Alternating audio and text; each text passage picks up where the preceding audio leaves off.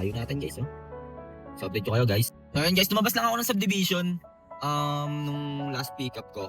Last passenger ko.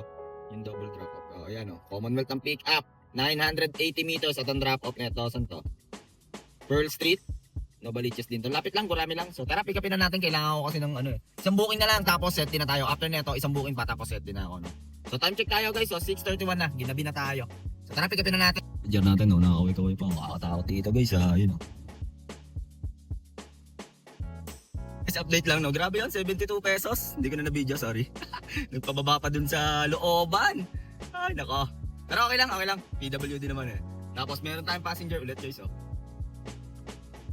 Wait lang, tatabi ko. So, papakita ko sa inyo guys, oh. Ang pick up nito guys, dito lang yan. Nandyan lang sa may Grand Mesa Residence. At ang drop off nito guys, oh. Pinalayo na tayo ni Papa G. Pinauwi na ata tayo. Sampalok tayo guys. Na street. So tara, pick upin na natin guys, oh. Pauwi na rin tayo. Tapos set din na ako. So time check tayo. 6:50. Dito ata yun, Grand Mesa Residence. Ikot tayo. Tawa ako dun sa pasahero ko kanina. Sama ng lap trip. Kasi 72 pesos lang yun. Grabe, pinasok ko pa sa loob. May pasahero na ako. Baka kasi i-cancel guys. Kaya nagmamadali ako. Ayun.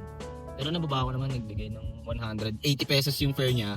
Tapos 100 yung binayad yun. Pinasok lang namin sa looban. So yan guys, waiting na ako kay next passenger. Dito na ako sa baba. Tawagan ko na nga to.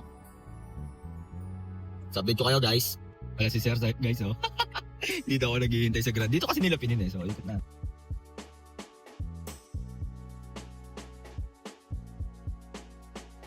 Drop ko na yung passenger ko. Dito lang sa may anto. Sa may malapit sa PUP Santa Mesa. Tabi na ito. Boundary na ito sa may Sampalok. Sampalok na pala to. So 543 yung fare nila guys. 4 auto yung malinis. So nag-offline muna ako para magamit ko na yung SETI ko syempre. Anong oras na guys eh. So SETI na tayo.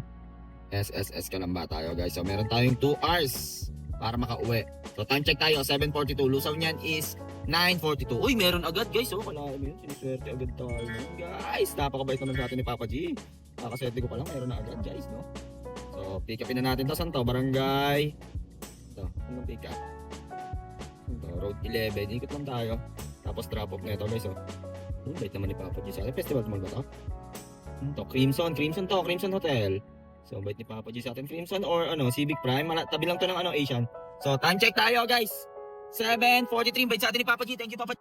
So ayun guys, no, nakita nyo kung gaano kabait sa atin ni Papa G. Wala pang 5 minutes. Gumana na agad yung set destination ko. Nagkakataon talaga yon.